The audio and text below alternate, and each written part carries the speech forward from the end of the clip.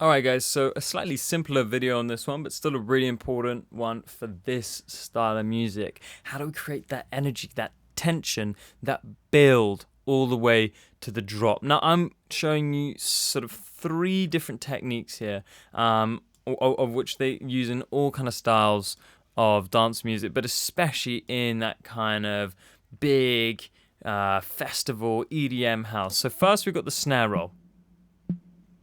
Now I'm using an 808 snare here. Nice and snappy. It's got that nice white noise on it. And what I'm doing is I'm just filtering it up. So I've got a high cut on it, or what we also call a low pass filter. But then I'm also pitching it up.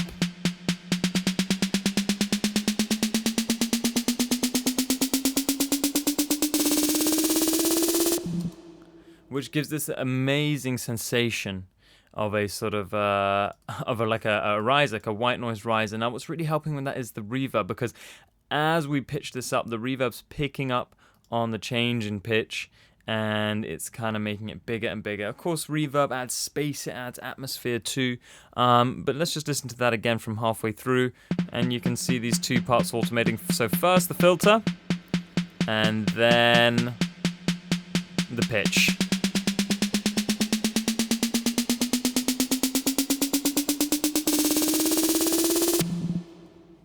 I should probably leave that pitch just like that.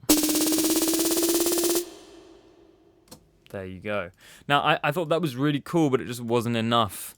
So I went into Silent, and I made a riser there. Now, I made a riser from... So simple. Okay, I got a sawtooth.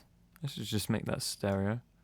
I got a sawtooth on oscillator A1 with no filter. And on part B, I've got a noise in oscillator B1. 2 voices made that nice and stereo. They're both nice and stereo, so nice and wide. And on this white noise, I've got a low pass filter.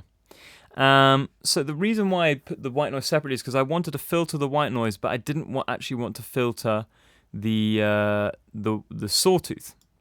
Now I've got the pitch increasing for both A and B. Now it's not actually going to affect the white noise because white noise doesn't change in pitch, but I do have that cutoff opening and opening and opening and opening on the B filter, so the white noise filter. So the white noise is going to come through gradually, whereas for the sawtooth, it's just the pitch that's coming up gradually.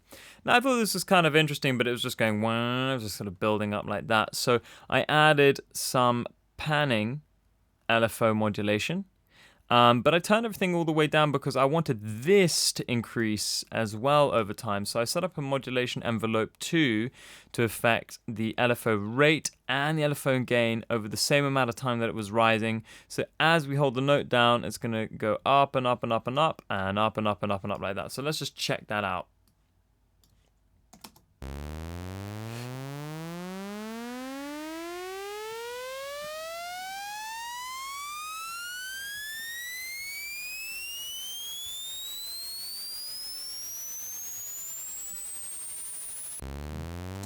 And there you go. I mean, it's so simple, but so effective. Check it out with the snare roll.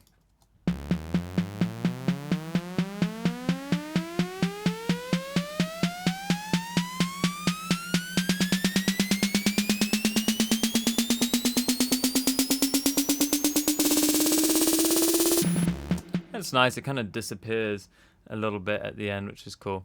Now to finish that off, I just grabbed this cool Vengeance sweep up effect just to give it that extra bit of lift, that extra energy for the final moment.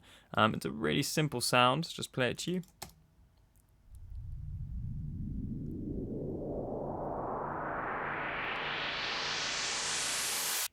And I love how low it starts as well. And I think just combining different effects can give a really, really nice rise in tension and energy.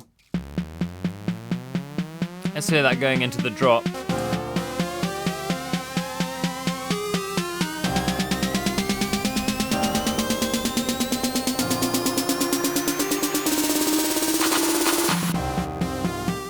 There you go. So that's how you make a sort of cool effects riser with a snare roll and a sweep up to maximize that punch when you get to the drop. Remember, at Sample Tools by CR2, we also offer a mix and mastering service. Just head over to www.sampletoolsbycr2.com, click on the mastering tab, and you'll find our range of services there.